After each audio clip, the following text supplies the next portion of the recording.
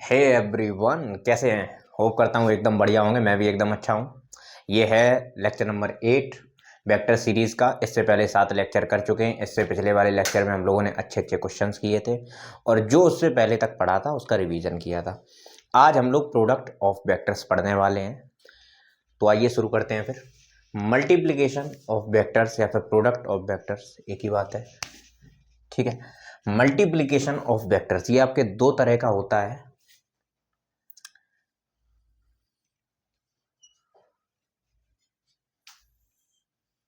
अच्छा, इससे पहले ये समझो, इससे पहले क्या पढ़ा था? इससे पहले आपने पढ़ा था addition of vector, subtraction of vector, है ना। अभी ये आपका मल्टीप्लिकेशन ऑफ वेक्टर। ऐसा तो नहीं है, कभी कभी वेक्टर को एडिशन सब्ट्रैक्शन के साथ साथ कभी कभी मल्टीप्लाई भी तो करना पड़ेगा। तो हाँ, आ गए उस बात पे, मल्टीप्लिकेशन ऑफ वेक्टर्स।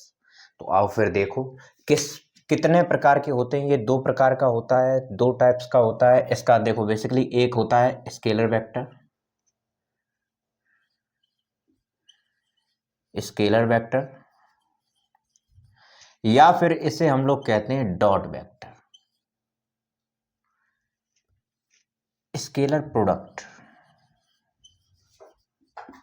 या फिर इसे कहते हैं डॉट प्रोडक्ट। कोई जिला शिकवा, कोई परेशानी, गिला शिकवा? डॉट प्रोडक्ट अगला है भाई वेक्टर प्रोडक्ट। इसे कहते हैं वेक्टर प्रोडक्ट, या फिर इसे कहते हैं क्रॉस प्रोडक्ट। नाम से ही समझ में आ जाएगा भाई, अभी अभी सब चीजें समझा रहे। जैसे मान लो हमारे पास दो वेक्टर है, एक है ए वेक्टर, एक है बी वेक्टर। इसको रिप्रेजेंट करने का तरीका ये होता है कि A vector dot B vector, बीच में डॉट लगाते हैं, इसकी वजह से हम इसे डॉट प्रोडक्ट कहते हैं, ठीक है। अब बात करते हैं इसकी। अब मान लो वही दो वेक्टर्स हैं हमारे पास, ए वेक्टर क्रॉस बी वेक्टर, ठीक।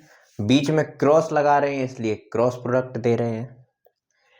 इसका जो रिजल्टेंट नेट निकल के रिजल्टेंट, इनका प्रोडक्ट का जो रिजल्टेंट निकल के आता है वो आपका निकाल के देता है क्या? एक स्केलर क्वांटिटी। रिजल्टेंट जो है इसका रिजल्ट, वो आपका स्केलर क्वांटिटी निकाल के देता है। क्या निकाल के देता है? Scalar quantity. इसीलिए इसे स्केलर प्रोडक्ट कहते हैं। इसका जो रिजल्ट लास्ट में, इनको जो मल्टीप्लाई करने, इन दो वेक्टर्स को दो मल्टीप्लाई करने के बाद जो रिजल्ट निकल के आता है वो उसको क्या कहते हैं? जो रिजल्ट निकल के आता है उसे हम लोग, उसमें वो बेसिकली आपका वेक्टर होता है। क्या होता है? Vector quantity. ये तो थी इसकी बेसिक सी थ्योरी। अभी तक हम लोगों ने बेसिकली, इससे पहले हम लोगों ने क्या पढ़ा कि दो वेक्टर थे हमारे पास, ए वेक्टर प्लस बी वेक्टर। उनका मैकेनिज्म देखा, आर वेक्टर निकल के आ रहा था, ठीक है। ये एडिशन ऑफ वेक्टर में पढ़ा था। कहाँ पढ़ा था? एडिशन ऑफ, एडिशन कहूँ या सब्ट्रैक्शन कहूँ, बात एक ही है। एक ही बात नहीं है, बस ये है कि अगर इसको सब्ट्रैक्शन बनाना है तो इसी बी वेक्टर की डायरेक्शन को जस्ट उल्टा कर दो। इस पे हम लोगों ने पिछली क्लास में एक सवाल भी किया था, है ना। तो एडिशन ऑफ वेक्टर में ये चीज पढ़ी थी हम लोगों ने, ठीक। अब मल्टीप्लीकेशन ऑफ वेक्टर में ये, और आज के लेक्चर में बेसिकली हम लोग सिर्फ इसे देखेंगे, ठीक। इसको अगले लेक्चर में देखेंगे, अभी नहीं देखेंगे, ठीक। इसको अगले लेक्चर में देखेंगे, लेकिन इसको नोट करना आपको जरूरी है। बता इसलिए दिया ताकि एक बेसिक अंडरस्टैंडिंग आपकी बन जाए, इन दोनों में अंतर क्या है। चलो इसे नोट करो पहले। आज की सभी बातें हम लोग स्केलर प्रोडक्ट के ऊपर करेंगे, ठीक है। स्केलर प्रोडक्ट, पहले इसकी डेफिनेशन देख लो, बाद में सारी डेफिनेशन भाई फॉर्मेलिटी, पहले फॉर्मेलिटी पूरी कर लेते हैं, उसके बाद इसे अच्छे से समझेंगे। स्केलर प्रोडक्ट क्या कहता है? It is defined as, it is defined defined as the product of magnitude of A vector and B vector and cos theta. देखो यही फॉर्मूला है आपका, डेफिनेशन में फॉर्मूला लिखा हुआ है क्या बेसिकली कि जैसे कि हमारे पास दो वेक्टर हैं, A vector dot B vector. इतनी बात समझ गए ना कि ये स्केलर प्रोडक्ट या फिर डॉट प्रोडक्ट जिसे कहते हैं वो आपका इस तरह से रिप्रेजेंट किया जाता है, बीच में डॉट रखा जाता है। बात को समझ गए? ठीक है, तो ये बेसिकली क्या कह रहा है कि मैग्नीट्यूड ऑफ, ये किसके बराबर है? Magnitude of A and B and cos theta. Theta क्या है? इन दोनों वेक्टर्स के बीच का एंगल। अभी सब समझाऊंगा, एक मिनट रुको। A B cos theta. अब ये तो रहा फॉर्मूला, हो गई फॉर्मेलिटी पूरी। अब इधर पे देखो, जैसे कि एक वेक्टर है हमारे पास ए वेक्टर, ये रहा हमारे पास बी वेक्टर।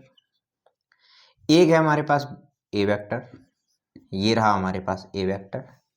इनके बीच में जो एंगल है यही है थीटा। यही बेसिकली यही चीज जो निकाल के देता है, यहीं से फॉर्मूला ड्राइव होके आता है कि एक हमारे पास वेक्टर ये रहा, एक हमारे पास वेक्टर ये रहा।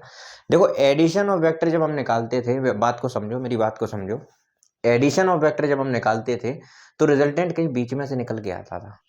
अब मल्टीप्लीकेशन की बात हो रही है।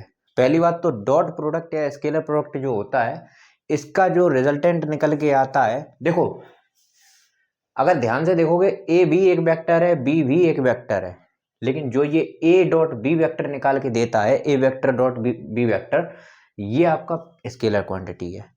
ये आपकी वेक्टर क्वांटिटी, ये आपकी वेक्टर क्वांटिटी, दोनों वेक्टर क्वांटिटी को मल्टीप्लाई करने के बाद भी हमें क्या मिला? Scalar quantity. अब स्केलर क्वांटिटी निकल के आया हमारे पास, स्केलर क्वांटिटी निकल के आया, तो यहाँ पे भाई बीच में इस तरह से डायरेक्शन या फिर मान लो इस तरह से रिजल्टेंट बनाने का तो कोई मतलब ही नहीं होता है भाई। स्केलर क्वांटिटी निकल के आया यानी कि हमारा कुछ नंबर के फॉर्म में आंसर निकल के आया, डायरेक्शन तो उसका कुछ है ही नहीं। समझ रहे हो बात को, मैं क्या कहना चाह रहा हूँ? वो चीज समझ रहे हो? डायरेक्शन तो उसका कुछ है ही नहीं, तो फिर लिखोगे क्या? इसीलिए मैंने इसको हटा दिया। ठीक, जो इसका लास्ट में रिजल्टेंट निकल के आता। अब यहां पे समझो, ए आपका वेक्टर है, ठीक, बी भी आपका वेक्टर है, ठीक, लेकिन इन दोनों का जैसे ही मैंने डॉट प्रोडक्ट किया, ए वेक्टर डॉट बी वेक्टर, ये आपका स्केलर क्वांटिटी है। कैसी क्वांटिटी? ये आपकी वेक्टर क्वांटिटी है, वेक्टर क्वांटिटी है, ये आपकी स्केलर क्वांटिटी है। बात को समझे, बात को समझे। जो आपका डॉट प्रोडक्ट निकाल के देता है, जो रिजल्टेंट आपका निकाल के देता है, यानी कि ये जो चीज आपकी निकल के आई है, ये आपकी स्केलर क्वांटिटी है। कैसी है? Scalar quantity. ठीक, चलो इसे नोट करो पहले, इतनी सी बात नोट करो पहले। चलो एक तो ये फॉर्मूला समझ में आया, अब इसकी ज्योमेट्रिकल इंटरप्रिटेशन समझो। ध्यान से समझना, इसमें बुद्धि खुल जाएगी। ज्योमेट्रिकल इंटरप्रिटेशन,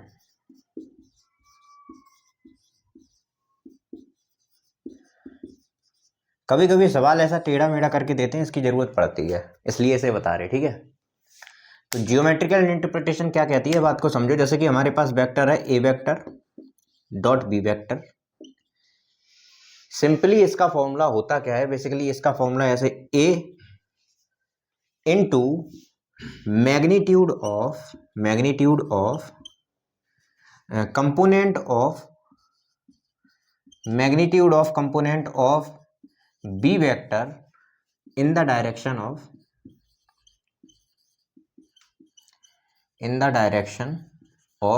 ए वेक्टर। ध्यान से समझो इस बात को, ये लिखा हुआ क्या है?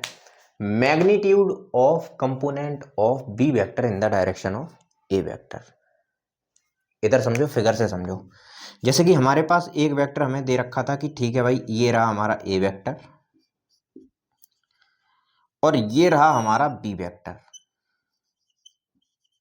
ठीक, ये रहा हमारा ए वेक्टर और ये रहा हमारा बी वेक्टर।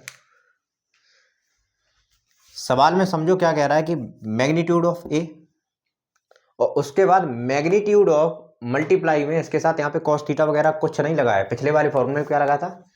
पहले वाला अगर फॉर्मूला याद हो तो पहले वाला फॉर्मूला देखो जरा, A vector dot B vector क्या कहता था, ए बी कॉस थीटा। मैंने सिंपली यहाँ पे कहा है कि A into magnitude of component of B vector in the direction of A vector. हमें एक तो ए तो मल्टीप्लाई में रखना ही है, दूसरा मैग्नीट्यूड रखना है इसका इसकी डायरेक्शन में। इसके अच्छा कोई भी वेक्टर हो उसके दो कंपोनेंट होते हैं, मैंने आपको बताया था। कोई भी वेक्टर हो, जैसे कि आपका ये मान लो बी वेक्टर है, तो इसके आपके दो कंपोनेंट निकल के आएंगे। एक कंपोनेंट अगर मान लो ये एंगल थीटा है, जैसे मान लो ये एंगल थीटा है, तो एक कंपोनेंट इसका निकल के आता है बी कॉस थीटा। जो एंगल के बगल वाला होता है उसे हम कहते हैं बी कॉस थीटा, और जो इससे परपेंडिकुलर होता है, इस वाले से परपेंडिकुलर, उसे कहते हैं बी साइन थीटा। तो अब यहां पे समझो, ये कह रहा है कि उस कंपोनेंट को लीजिए जिसकी डायरेक्शन आपकी ए के हो बराबर हो। यानी कि अगर ये एंगल थीटा है और ये डायरेक्शन ऑफ ए है, तो मैं इसका एक कंपोनेंट बेसिकली इस तरह से कंपोनेंट कैसे तोड़ते हैं कि हमने ऊपर से लाइट डाली, जो इसकी नीचे की तरफ परछाई बन रही है उसी को बेसिकली मैं कंपोनेंट कहता हूं कि नहीं। तो बेसिकली जो ये चीज निकल के आई आपकी, ये कितनी निकलेगी, बी कॉस थीटा। इसमें कोई दिक्कत है? अभी देखो, कोई भी वेक्टर है हमारे पास, कोई भी वेक्टर है हमारे पास,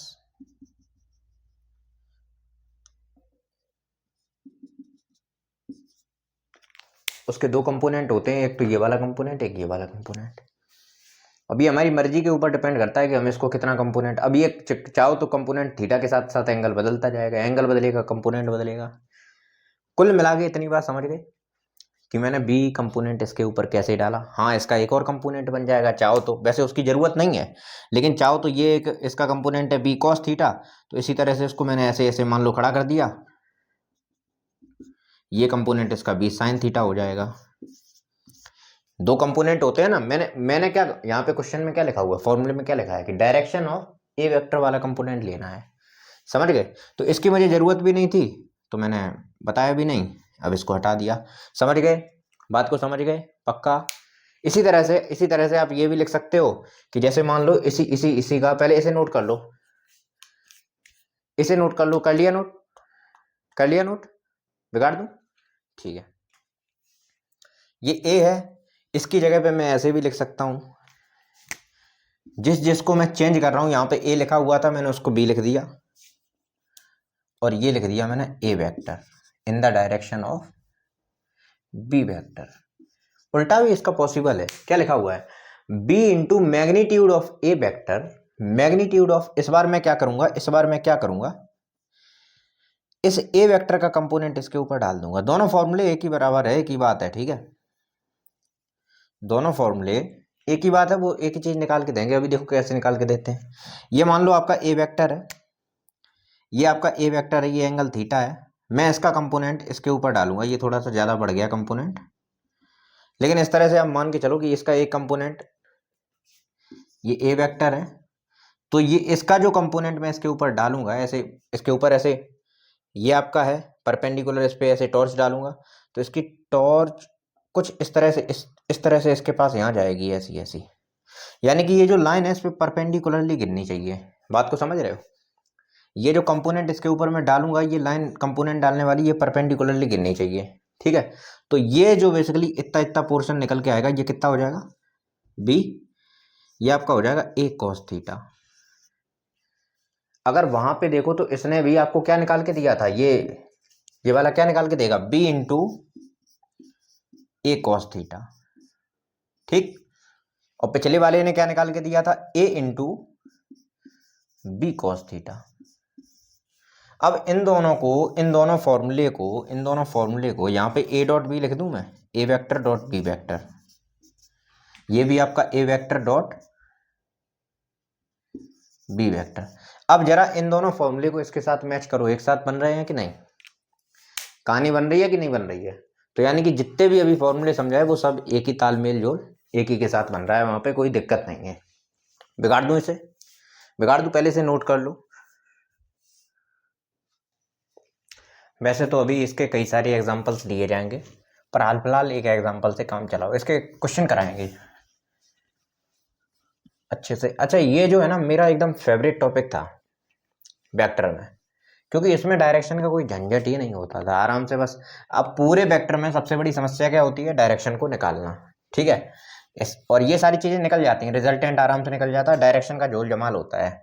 ठीक है, तो चीजें होती क्या है कि अगर डायरेक्शन का वहां पे लोचा है, इसमें तो डायरेक्शन है ही नहीं, इसीलिए इसकी प्रॉपर्टीज भी कम है और मजा आ जाता है इसको, इसके क्वेश्चंस करने में तो एकदम मजा आ जाता। इसके क्वेश्चंस अच्छे खासे बनते भी हैं, मतलब ये फ्री के नंबर से दिलवाता है आपको, समझ रहे हो? एग्जाम्पल के तौर पे, इसके एग्जाम्पल के तौर पे समझो कि एग्जाम्पल क्या होगा। जैसे कि एग्जाम्पल इसका जो होता है वर्क, वर्क डन का फॉर्मूला मैं आपसे चाहूंगा कितना होता है, फॉर्मूला क्या होता है? Work done is equal to, आपने 9th क्लास में पढ़ा होगा, फोर्स इंटू डिस्प्लेसमेंट। ठीक, फोर्स इंटू डिस्प्लेसमेंट। अब वहां पे होता क्या था कि फोर्स और डिस्प्लेसमेंट दोनों एक ही डायरेक्शन में लेके चलते थे, समझ रहे हो? जैसे कि फोर्स भी हम इसी डायरेक्शन में लगा रहे, ये ब्लॉक है हमारे पास, फोर्स भी हम इसी डायरेक्शन में लगा रहे और डिस्प्लेसमेंट भी आपका इसी डायरेक्शन में हो रहा है। ठीक, डिस्प्लेसमेंट भी आपका इसी डायरेक्शन में हो रहा है, तब ये फॉर्मूला आपका 9th क्लास में बैडली चल जाता था, इससे काम चल जाता था। ठीक है, लेकिन अब दिक्कत क्या आ रही है? अब दिक्कत ये आ रही है कि मान लो फोर्स मैं इधर लगा रहा हूं, ठीक है, फोर्स मैंने इधर पे लगाना चालू किया, ठीक, फोर्स मैंने इधर पे लगाया और डिस्प्लेसमेंट जाहिर सी बात है आपका इधर की तरफ होगा। जैसे कि मान लो पहले ब्लॉक यहां रखा हुआ था, बाद में ब्लॉक इधर पे पहुंच गया, चलते चलते ब्लॉक जो है ना वही सेम ब्लॉक आपका यहां पे पहुंच गया, इतनी डी डिस्टेंस उसने कवर कर ली। ठीक, डी डिस्टेंस उसने कवर कर ली, फोर्स लग रहा है इस पे एफ। ठीक, और ये जो इसके साथ एंगल बन रहा है, ये एंगल बना रहा है, वो एंगल थीटा है आपका। तो जरा हमें एक बात बताओ, क्या आपका डिस्प्लेसमेंट इस डायरेक्शन में हो रहा है? नहीं हो रहा है। आपका डिस्प्लेसमेंट इस डायरेक्शन में हो रहा है। इस फोर्स के हम तुरंत ही दो कंपोनेंट तोड़ देंगे। अभी कंपोनेंट तोड़ना सिखाया था ना, कैसे कंपोनेंट तोड़ते हैं? हमारे पास जैसे कि इसका फॉर्मूला, अब यहाँ पे इसका वर्क डन का फॉर्मूला समझो, F vector dot S vector होता है। इसको खोलेंगे तो ये आपका हो जाएगा F S, F was for force और S for displacement, F S cos theta. और थीटा एंगल कौन सा है? Theta is the angle between, किसके बीच में? इन दोनों के बीच में जो एंगल होगा वो आपका थीटा होगा। बात को समझ रहे हो? बात को समझ रहे हो? ये आपका थीटा एंगल है, ये डी डिस्प्लेसमेंट आगे बढ़ गया। अब मुझे इतनी सी बात बताओ कि फोर्स के आप दो कंपोनेंट यहां कर दोगे, एक कंपोनेंट ये रहा, इसे हम कहेंगे एफ कॉस थीटा, ये वाला जो कंपोनेंट है, जो ये वाला कंपोनेंट है, इसे कहेंगे एफ कॉस थीटा। एक ये वाला कंपोनेंट होगा, ये होगा आपका एफ साइन थीटा। अच्छा, एफ साइन थीटा का इसको आगे बढ़ाने में कोई किरदार होगा क्या? एफ साइन थीटा तो आपका ऊपर की तरफ लग रहा है, अगर बॉडी आपकी ऊपर की तरफ जा रही होती तब एफ साइन थीटा का कुछ रोल होता, यानी कि ये तो फोर्स आपकी बर्बाद जा रही, ये वाली फोर्स आपकी बर्बाद जा रही, लग रहा है फोर्स, लेकिन वो फोर्स आपकी बर्बाद जा रही है।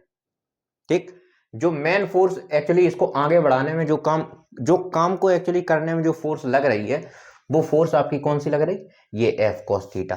तो यहां से निकल के आ जाता है कि हाँ भैया ठीक है, अगर इस डायरेक्शन में लग रहा है तो ये आपका हो गया D work done is equal to D into F cos theta.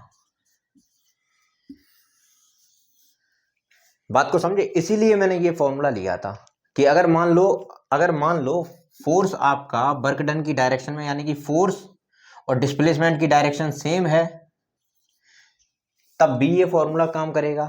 Force और डिस्प्लेसमेंट की डायरेक्शन अगर सेम है तो ये एंगल आपका 0 डिग्री हो जाएगा और cos 0 डिग्री आपका क्या होता है? 1 के बराबर होता है। बात को समझ रहे हो? तो आपका F इंटू एस ही बचता है, यानी कि 9th वाला फॉर्मूला फोर्स इंटू डिस्प्लेसमेंट बचता। लेकिन अगर मान लो ये कुछ एंगल पे लगा रहा है, जैसे कि ये मान लो 30 डिग्री एंगल है, तो यहाँ पे cos 30 डिग्री आपको करना पड़ेगा। ठीक है, तब कहानी आपकी बदल जाएगी। यानी कि अगर आपको मैक्सिमम वर्क चाहिए है, अगर आपको मैक्सिमम वर्क चाहिए है, एक चीज और यहाँ पे, अब मुझे ये बताइए कि वर्क की डायरेक्शन क्या होती है? जो आपने काम किया है उसकी कोई डायरेक्शन होती है क्या? उसकी कोई डायरेक्शन नहीं होती है। वर्क जो होता है वो आपका एनर्जी की फॉर्म में सेव होता है। बात को समझ रहे हो? जो वर्क होता है वो आपका आगे चल के आपको ये चीज़ समझ में आएगी कि वर्क और एनर्जी, जैसे कि आपने वहाँ पे वर्क का भी फॉर्मूला जूल होता, वो यूनिट जूल होती है, एनर्जी की भी यूनिट जूल होती है। तो जो आप काम करते हो वो एनर्जी की फॉर्म में कहीं ना कहीं सेव होता है, ठीक है, बचता है, ठीक है। इस चीज़ को समझ रहे हो? जैसे कि आपने ज़मीन पे उसको रगड़ा, तो ज़मीन पे हुआ क्या कि आपने ज़मीन पे ब्लॉक को जैसे ही रगड़ा तो हुआ क्या कि फ्रिक्शन की वजह से हीट निकली वहाँ से, और भी साउंड एनर्जी में कन्वर्ट हो गया, आपने उसको वहाँ से इधर की तरफ खींचा तो फिर साउंड भी क्रिएट हुआ कुछ ना कुछ। तो इस तरह से एनर्जी की फॉर्म में डिस्ट्रीब्यूट हो जाता है आपका वर्क। बात को समझ रहे हो? बात को समझ रहे हो? चलो एक चीज़ है यहाँ पे कि अगर आपको मैक्सिमम वर्क चाहिए, अगर आपको मैक्सिमम वर्क चाहिए, मैक्सिमम काम चाहिए, तो होगा क्या कि जिस डायरेक्शन में आपका फोर्स है उसी डायरेक्शन, जिस डायरेक्शन में डिस्प्लेसमेंट कर रहे उसी डायरेक्शन में फोर्स लगाओ, यानी कि थीटा आपका 0 डिग्री होना चाहिए, ठीक है। होप करता हूँ ये बातें आपको समझ में आई होंगी। एग्जाम्पल ये समझ में आया। कंपोनेंट मैंने क्यों बताया था कि कंपोनेंट फॉर्म में तोड़ना होता है, वो इसकी वजह से, ठीक है। चलो इसे नोट कर लो, नोट कर लो, कर लिया नोट? कर लिया? चलो ठीक, अब इसकी प्रॉपर्टीज समझो। अब इसकी प्रॉपर्टीज पे आते हैं।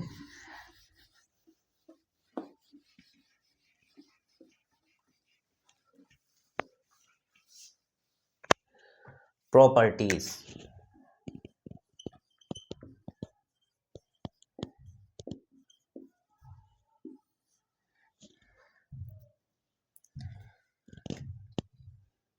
पहली प्रॉपर्टी की बात करते हैं। स्केलर प्रोडक्ट इज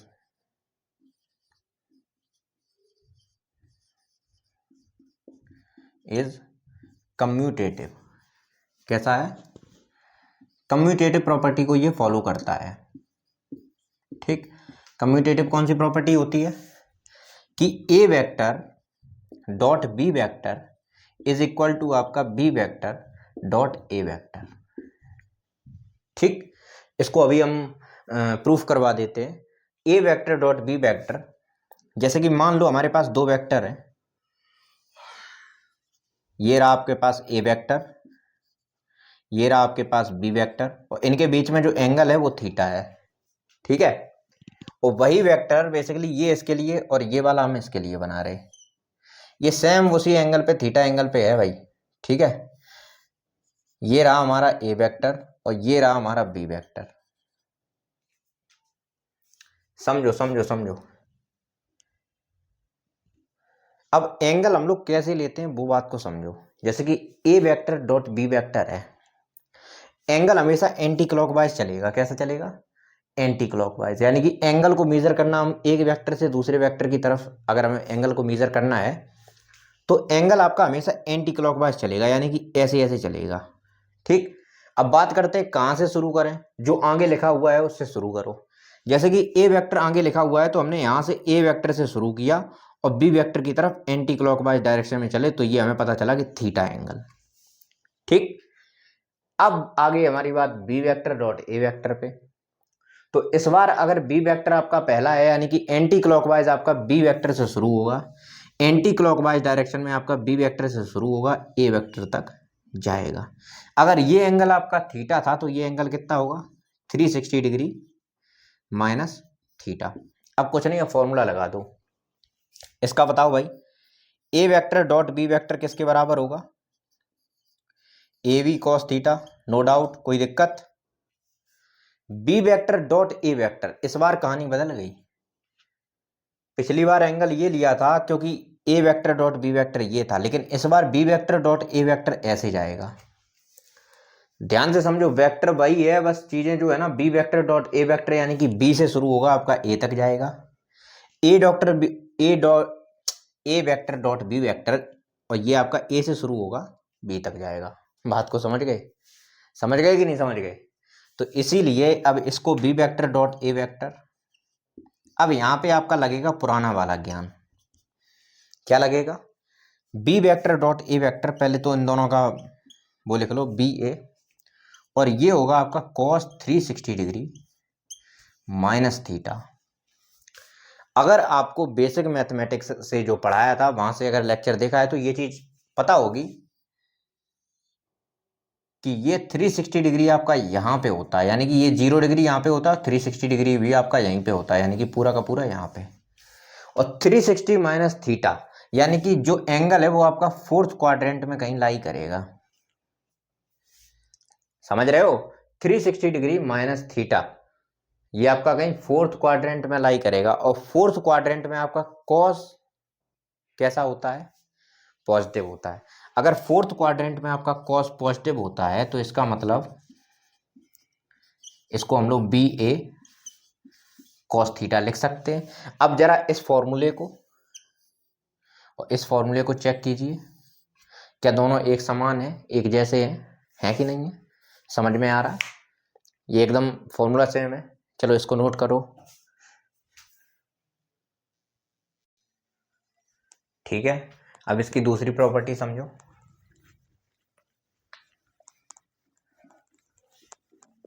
अभी जो बोल रहा हूं वो लिख लो। Scalar product is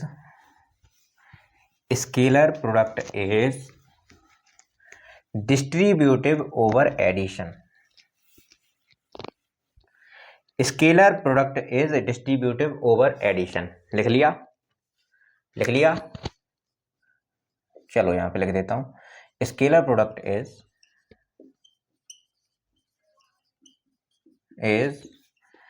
distributive over addition. अच्छा, नोट्स का क्या है? नोट्स का समझो, इसीलिए मैं बीच बीच में जो है ना स्पेस दे देता हूं कि आप स्क्रीनशॉट ले लो। जैसे नोट्स अगर एक साथ नहीं बन रहे वीडियो के साथ साथ तो नोट्स आप बाद में भी बना सकते हो, लेकिन नोट्स बनाना कंपलसरी है। स्क्रीनशॉट ले लो, उसके बाद में उस नोट्स को डाउन कर लो। ठीक है, नोट्स अपनी कॉपी में बनाना मस्त है। अगर आप स्क्रीनशॉट्स के बाद सारे रहोगे तो फिर दिक्कत है, बहुत ज़्यादा दिक्कत है। तो नोट्स बनाना ज़रूरी है, बहुत ज़्यादा ज़रूरी है। भले ही आप स्क्रीनशॉट ले लो, उसके बाद नोट्स बना लो लेक्चर के बाद में। ठीक है, तो scalar product is distributive over addition. A vector dot B plus C vector, इस तरह से अगर चीज़ें आपके पास लिखी हुई हैं, A vector dot B plus C vector, तो ये आपका बेसिकली डिस्ट्रीब्यूटिव ओवर एडिशन, यानी कि जो आपका स्केलर प्रोडक्ट है वो डिस्ट्रीब्यूटिव ओवर एडिशन है। ये अंदर जाएगा A vector dot B vector plus A vector dot C vector. बीच में नॉर्मल मल्टीप्लाई नहीं लगेगा, डॉट प्रोडक्ट लगेगा। ठीक है? ठीक है, तीसरी प्रॉपर्टी समझो। स्केलर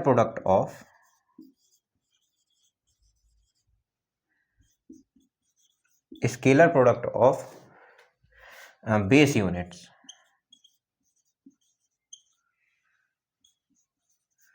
बेस यूनिट्स कहूं या फिर आई कैप जे कैप, याद है ना? आई कैप जे कैप के कैप याद है कि नहीं है? आई कैप जे कैप ये क्या है? Unit vectors, unit vectors. ठीक, तो मेरी बात को समझो। जैसे कि अगर मैं आई कैप डॉट आई कैप करूं, इन दोनों का अगर मैं डॉट प्रोडक्ट निकालता हूं तो क्या निकल के आता है? तो आपका कुछ नहीं, आई कैप का मॉड इनटू आई कैप का मॉड, बीच में डॉट नहीं, इनटू आई कैप का मॉड इनटू कॉस कितना होगा? आई कैप, यानी कि दोनों सेम डायरेक्शन में है, यानी कि कॉस 0 डिग्री। अच्छा, आई कैप का मॉड यानी कि आई कैप किसी भी यूनिट वेक्टर का रिजल्टेंट क्या होता है? ये बात कम से कम 10 बार रिपीट हो चुकी है कि किसी भी यूनिट वेक्टर का रिजल्टेंट जो होता है वो 1 होता है। 1 into cos 0 degree, cos 0 degree आपका 1 निकल के आएगा। यानी कि आई कैप और आई कैप का आप डॉट प्रोडक्ट निकालते हो, या फिर जे कैप का डॉट प्रोडक्ट निकालते हो, या फिर के कैप का डॉट प्रोडक्ट निकालते हो, तो वो आपका क्या निकल के आएगा? 1 ये बात ध्यान रखना भाई, बहुत इंपॉर्टेंट है, बहुत इंपॉर्टेंट है, सवालों में आगे बहुत काम आएगी। ठीक है, आई कैप जे कैप के कैप, ये आपके सेम डायरेक्शन वाले होंगे, सब में सेम चीज लगेगी। ठीक है, अब बात करते हैं कि आई कैप जे कैप कर दिया तो, या आई कैप के कैप कर दिया तो।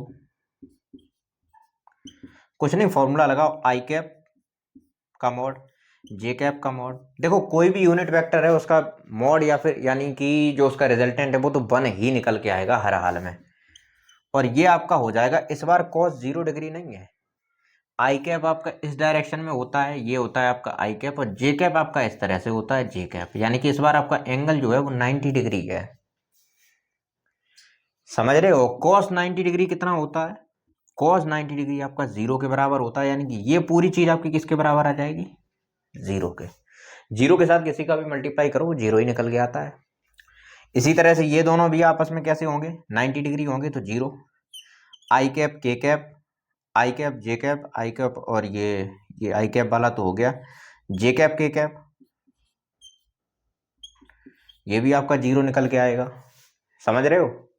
समझ रहे हो? और कुछ बचा हो तो देख लेना भाई, ठीक है। बेसिकली ये समझो कि अगर सेम सेम है, अगर सेम सेम है, और आई कैप के कैप, और देख लो आई कैप जे कैप, आई कैप जे कैप, ठीक है, ये हो गया। अगर आपके सेम सेम है तो 1 1 निकल के आएगा, अगर सेम नहीं है तो आपके 0 अगर वैसे निकल के आए। ठीक है, बात को समझ गए?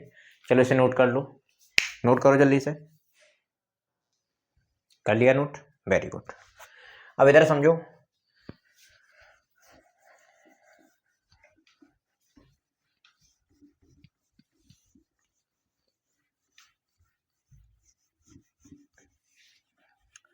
नोट्स बनाते चलो, भले ही कितना भी बोरिंग लगे, नोट्स बनाना पड़ेगा। नोट्स बनाना कोई, अगर जैसे लेक्चर के साथ साथ दिक्कत आ रही कि जैसे लेक्चर फास्ट हो रहा है तो फिर आप स्लो करके लेक्चर को देख लो, या फिर लेक्चर आपको उसी स्पीड में देखना है लेकिन नोट्स नहीं बन पा रहे तो इनके स्क्रीनशॉट ले लो। इसीलिए मैं साइड में हो जाता हूँ ताकि आप स्क्रीनशॉट आराम से ले लो और फिर बाद में इसे नोट कर लो। ठीक है, तो आपका फोर्थ प्रॉपर्टी है। फोर्थ प्रॉपर्टी देखो जरा, जैसे कि मान लो इस बार आपको क्या है कि ए वेक्टर जो है वो आपको दे रखा है A x I cap plus A y J cap plus A z के कैप, एक्स वाई जेड के कैप, इस तरह से दे रखा हो। ठीक है, और आपको बी वेक्टर जो है वो इस तरह से दे रखा हो, बी एक्स आई कैप प्लस बी वाई जे कैप प्लस बी जेड के कैप। ठीक, ठीक है। अगर चीजें इस तरह से दे रखी हो और आपसे पूछा जाए कि A vector dot B vector हमें जरा निकाल के बताओ, तो क्या होगा? ए वेक्टर डॉट बी वेक्टर आपका कैसे निकल के आएगा? ए एक्स आई कैप, जरा इसको खुद से करो, खुद से ट्राई करो, ए y J cap plus A z के कैप। खुद से एक बार ट्राई कर लिया? खुद से ट्राई करना जरूरी है भाई। डॉट बीच में लगा दिया और ये आपका हो गया बी एक्स आई कैप प्लस बी वाई जे कैप प्लस बी जेड के कैप। इस तरह से ये आपका फॉर्मूले के तौर पे ही बेसिकली काम होगा। प्रॉपर्टी तो मैंने ऐसे ही नाम लिख दिया। ठीक है, प्रॉपर्टी वही आपकी 3 थी, ये समझ गए? अब इसमें देखो भाई, फंडा क्या है कि आई कैप और आई कैप का, अगर हम आई कैप, अभी हमने पिछली प्रॉपर्टी में पढ़ा कि आई कैप और आई कैप का डॉट प्रोडक्ट निकालते हैं, ए एक्स और बी वाई क्या है? ये आपके ए एक्स एंड बी एक्स, ये आपके क्या है? ये दोनों तो आपके मैग्नीट्यूड है। क्या है? मैग्नीट्यूड। ठीक, ये दोनों तो आपके मैग्नीट्यूड्स हैं, तो वो तो वैसे भी बाहर रखे जाएंगे। आई कैप का अगर आप डॉट प्रोडक्ट करेंगे, इसको बेसिकली अगर मैं ऐसे लिखना चाहूं तो ऐसे ही तो लिखूंगा, ए एक्स आई कैप डॉट बी एक्स आई कैप, यानी कि इसको मैं ऐसे लिख सकता हूं ए एक्स इंटू बी एक्स, क्योंकि ये आपके बेसिकली दोनों के दोनों मैग्नीट्यूड्स हैं और ये आपका डायरेक्शन है। मैग्नीट्यूड इंटू डायरेक्शन, तो मैग्नीट्यूड मैग्नीट्यूड को बाहर निकाल के मैंने साथ में रख दिया और आई कैप डॉट आई कैप कर दिया मैंने।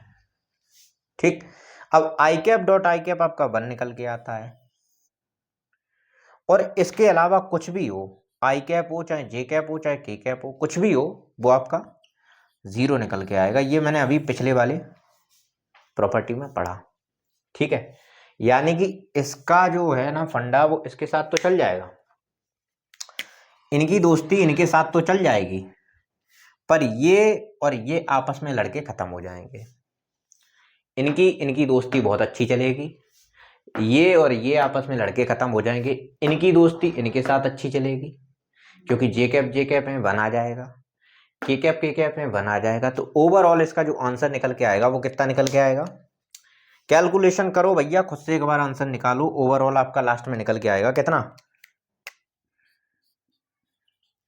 A vector dot B vector, A x B x,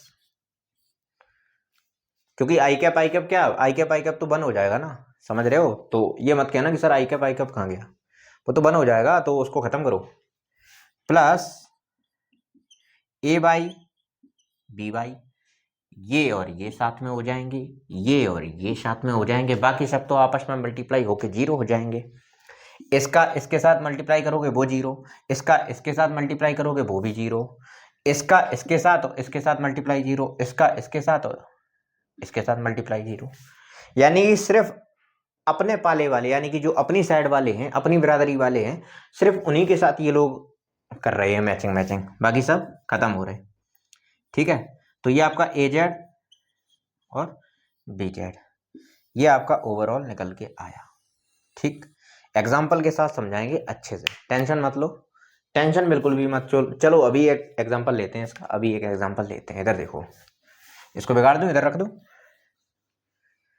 ठीक है। जैसे ए वेक्टर आपके पास है 2i cap plus 3j cap plus 4k cap, ठीक। बी वेक्टर आपके पास है i cap plus 2j cap plus 4k cap, ठीक। A vector dot B vector क्या निकल के आएगा बताओ जरा? A vector dot B vector, इन दोनों को साथ में 2 into 1 plus 3 into 2 plus 4 into 4, ठीक, is equal to 2 plus 6 plus 16, क्या निकल के आएगा? 8 8 दूनी 16, 8 24, 24 निकल आया, ठीक। डायरेक्शन क्या होगी? डायरेक्शन होगी साउथ, क्या होगी? अरे भैया कुछ नहीं होगी डायरेक्शन, अभी क्या बताया था? डॉट प्रोडक्ट आपको क्या निकाल के देता है? सिर्फ और सिर्फ मैग्नीट्यूड। डायरेक्शन से आई कैप जे कैप के कैप से आपको कोई मतलब ही नहीं होना चाहिए, बात को समझ गए? तो 24 सिर्फ निकल के आएगा, बाकी कुछ नहीं, डायरेक्शन का कोई फंडा नहीं है। इसीलिए मुझे ये पसंद है, क्योंकि सिर्फ लास्ट में मैग्नीट्यूड ही तो निकालना है, समझ रहे हो? तो इससे ज्यादा इजी क्या होगा? चलो ठीक है, नोट करो इसे जल्दी से। अगली कहानी समझो भाई, अगली कहानी है आपकी एंगल्स, मतलब इसका बेसिकली एंगल कैसे निकालेंगे। दो वेक्टर्स के बीच में जैसे एंगल का पूछा जाए, सर एंगल एंगल क्यों? एंगल क्यों? अभी तो डायरेक्शन का मना था ना, तो फिर क्यों एंगल? अरे भैया हम रिजल्टेंट के डायरेक्शन का एंगल नहीं पूछ रहे, हम पूछ रहे हैं कि जैसे कभी कभार पूछ लेते हैं ना, कि जैसे कि आपको ए डॉट बी वेक्टर दे दिया गया, ठीक है, और ए वेक्टर का मॉड दे दिया गया, बी वेक्टर का मॉड दे दिया गया, आपसे पूछा गया कि बताओ भैया एंगल कितना होगा, तो एंगल समझ गए ना, वही वाला एंगल। आपको रिजल्टेंट का एंगल नहीं निकालने को कह रहा मैं, ठीक है ना? तो कंफ्यूज मत होना इस चीज में। सुनो, जैसे एंगल की बात करें कि जैसे हमारे पास फॉर्मूला होता है A vector dot B vector is equal to A vector का मॉड इंटू बी वेक्टर का मॉड इंटू कॉस थीटा। तो कॉस थीटा का फॉर्मूला बता दो भैया, cos theta is equal to आपका हो जाएगा A vector dot B vector upon, इन दोनों को मैं ए भी लिख दूं, ए भी लिख दूं या ऐसे लिखो चाहे ऐसे लिखो, बात एक ही है भाई, बात को समझ गए? तो ये आपका फॉर्मूला होता है, कोई बड़ी बात नहीं है इसमें। अभी क्वेश्चन देख लो भाई, इसी के मतलब का एक क्वेश्चन देख लो। क्वेश्चन है, मान लो ए वेक्टर डॉट बी वेक्टर आपको 8 दे रखा है, नहीं ए वेक्टर डॉट बी वेक्टर आपको दे रखा है इज इक्वल टू 8, ठीक। डायरेक्शन गलती से भी मत लगाना, सिर्फ 8 सिर्फ मैग्नीट्यूड होगा, ठीक है, ठीक है। और ए वेक्टर आपको दे रखा है, A vector is equal to आपको दे रखा है, ए वेक्टर का मॉड दे रखा है, ए वेक्टर नहीं दे रखा है, ए वेक्टर का मॉड दे रखा है। क्या ए वेक्टर का मॉड आपको दे रखा है, मान लो 4 या 8, ठीक। और बी वेक्टर का मॉड आपको दे रखा है 2, ठीक। तो निकालो भाई एंगल, एंगल कैसे निकालोगे? Cos theta is equal to, cos theta is equal to इसका 8 अपॉन 16, ये आपका 1/2 निकल के आ जाएगा। थीटा इज इक्वल टू कितना होगा? मैं नहीं बताऊंगा, मैं नहीं बताऊंगा। अच्छा, इसके साथ मैं एक चीज़ और नहीं बताऊंगा, अगर ये चीज़ें नहीं याद है तो फिर कॉस एंगल याद करके आओ, कॉस थीटा साइन थीटा ये सारी चीज़ें हैं ना, कॉस 30 डिग्री, इस तरह से चीज़ें याद करके आओ। आंसर बता ही दिया मैंने लास्ट में आंसर बता ही दिया। इसका क्या होगा? थीटा इज इक्वल टू, अब नहीं बताऊंगा, अभी पीछे बताया था, वीडियो पीछे देखो जाके, ठीक है। बात को समझ गए? हाँ, कुछ एक चीज़ें हैं, देखो बात को समझो। अच्छा, एक चीज़ और, इसमें एक चीज़ और, कि अगर मान लो, अगर मान लो A x is equal to, A x is equal to, sorry, A vector is equal to A x I cap plus A y J cap plus A z के कैप, इस तरह से दे रखा है। और बी वेक्टर आपको A B X I cap plus B Y J cap plus B Z के cap, इस तरह से दे रखा हो, तो कैसे, तब cos थीटा कैसे निकालोगे? तब बात आती है cos थीटा कैसे निकालोगे। तो सिंपल सा फॉर्मूला लगाएंगे भाई चीज, कि A vector dot B vector upon upon A vector का मॉड इंटू बी वेक्टर का मॉड। कोई दिक्कत इसमें? तो निकालो भाई, कैसे निकालोगे? अभी ए वेक्टर इस तरह से जो चीज़ें रखी होती हैं, जैसे कि कंपोनेंट्स फॉर्म में अगर इस तरह से फॉर्म में लिखा रखा हो, और ए वेक्टर डॉट बी वेक्टर हमने कैसे बताया था, कैसे निकालोगे? ए x B x plus A y B Y plus A Z B Z. कोई दिक्कत, कोई परेशानी? कोई दिक्कत परेशानी नहीं। अब सवाल ये आता है कि अगर ए वेक्टर का मॉड, यानी कि इस तरह से आपको चीज़ अगर दे रखी हो और आपका मॉड निकालना हो, अगर ये चीज़ नहीं आ रही समझ में, तो हाईली रिकमेंड करूँगा कि पीछे जाके लेक्चर देखो जाके। इसका मॉड जो इसका रिजल्टेंट निकल के आता है वो क्या निकल के आता है?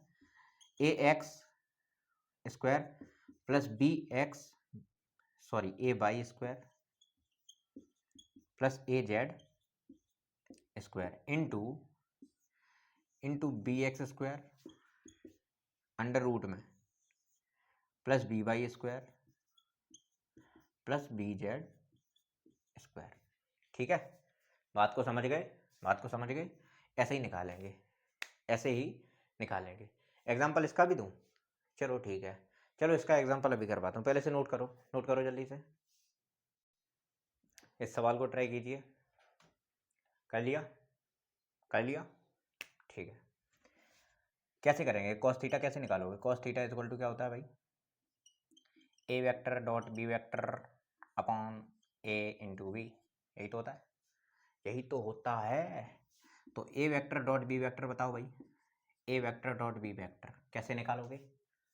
कैसे निकालोगे? फॉर्मूला बताया था, A x B x, A x 1 है, 1 इंटू -1, ठीक, plus 2 into 1 A y B y, यानी कि 2 इंटू 1, उसके बाद प्लस ये कितना होगा? -1 इंटू -2, -1 इंटू -2, ओवरऑल कितना निकल के आएगा बताओ भाई? कितना आएगा? ये आपका 1 हो जाएगा, ये आपका 2 हो जाएगा, और ये आपका कितना हो जाएगा? 2। ये आपका ओवरऑल कितना? 5 निकल के आएगा, ठीक है। ठीक है, कोई दिक्कत? कोई दिक्कत? कोई दिक्कत नहीं। चलिए अभी ए वेक्टर, ए और बी बताइए, बी ए और बी, ए कितना निकल के आएगा? अंडर रूट 1 का स्क्वायर प्लस 2 का स्क्वायर प्लस -1 का स्क्वायर, क्या निकलेगा? 2 2 4 अंडर रूट 6, हाँ कि ना? इसी तरह से इसका निकल जाएगा, b इक्वल टू बताओ भाई क्या होगा, क्या होगा, -1 का स्क्वायर +1 का स्क्वायर -2 का स्क्वायर, कितना निकलेगा, √6। ठीक है, कोई दिक्कत तो नहीं, कोई दिक्कत नहीं। देखें 1 × 1 -1, तो ये आपका -1 निकल के आएगा। ठीक, ये आपका -1 निकल के आएगा। ये आपका -1 निकल के आएगा, तो ये आपका ओवरऑल 3 निकलेगा। ठीक है, my mistake, sorry my mistake. यहाँ पे 1 × -1, ये आपका -1 निकल जाएगा। 2 × 1 2 आएगा, उसके बाद ये दोनों आपका ऐड हो जाएगा तो 3 निकलेगा। उसके बाद अब सीधा फॉर्मूले में रख दो, cos थीटा बराबर, ये कितना निकला 3, a डॉट बी कितना निकला 3, और ये आपका कितना निकला a × b √6 × √6 कितना निकला 3/6 1/2। चलो थीटा एंगल बता दो, थीटा एंगल अब नहीं बताऊंगा मैं, अब मैं बिल्कुल नहीं बताऊंगा। चलो थीटा एंगल बताओ जल्दी से। ठीक है, कर लिया, चलो इसे नोट करो, पहले इसे ट्राई करो। ए वेक्टर बी वेक्टर इन्हें प्रूव करना है कि ये आपके परपेंडिकुलर हैं। अब यहाँ पे आपकी एक प्रॉपर्टी लगेगी। प्रॉपर्टी क्या है, आपको पता है कि भैया अगर कॉस जो है ना, ए डॉट बी वेक्टर है हमारे पास, इज इक्वल टू, अगर cos A B cos 90 degree आ जाए, कैसे भी कॉस 90 डिग्री, उसी केस में ये जो है ना आपका 0 निकल के आएगा। कॉस 90 डिग्री वाले केस में बेसिकली होता क्या है कि ये पूरी की पूरी चीज़ आपकी 0 निकल के आती है, ये पूरी चीज़। यानी कि इनका अगर मैंने रिजल्टेंट निकालने चलूंगा, यानी कि A vector dot B vector, अगर इनका 0 निकल के आ गया, यानी कि ये आपका बेसिकली होगा क्या, तो उसी केस में आपका ये परपेंडिकुलर प्रूफ हो जाएगा। ठीक है, तो आओ फिर निकालने चलते हैं। A vector dot B vector is equal to बताओ भाई, आई कैप वालों के एक साथ 2 × 1 प्लस जे कैप वालों को एक साथ 2 × -1 प्लस के कैप वालों को एक साथ। अब यहाँ पे के कैप कुछ है नहीं तो +0 के कैप कर देंगे। ठीक है, इस बात को ध्यान रखना, अगर के कैप इसका कुछ, एक पार्टी का कुछ नहीं है तो दूसरे वाले को आपको मजबूरी कारण 0 करना पड़ेगा उसको, मजबूरी बस। ठीक है, तो ये 3 × 0 आपका क्या हो जाएगा, 2 × 1 कितना होगा 2, और ये आपका -2 +0, ओवरऑल आपका 0 निकल के आ गया। इसका जो डॉट प्रोडक्ट है वो 0 निकल के आ गया। Hence A vector is perpendicular to B vector, ध्यान रखना। अच्छा, इसके साथ मैं आपको एक होमवर्क देता हूँ। होमवर्क ये है कि ये आपका आखिरी क्वेश्चन था, इसके साथ मैं आपको एक होमवर्क देता हूँ। होमवर्क क्या है, कुछ एक स्पेशल एंगल्स पे पता करके आइएगा।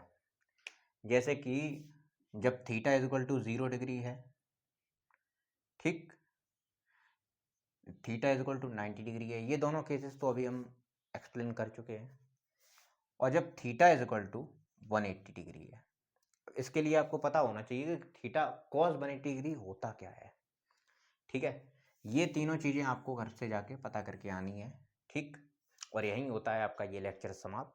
होप करता हूँ आपको ये वीडियो समझ में आया होगा, स्केलर क्वांटिटी, स्केलर प्रोडक्ट आपको समझ में आया होगा। बेस्ट ऑफ लक, पढ़ाई करते रहो।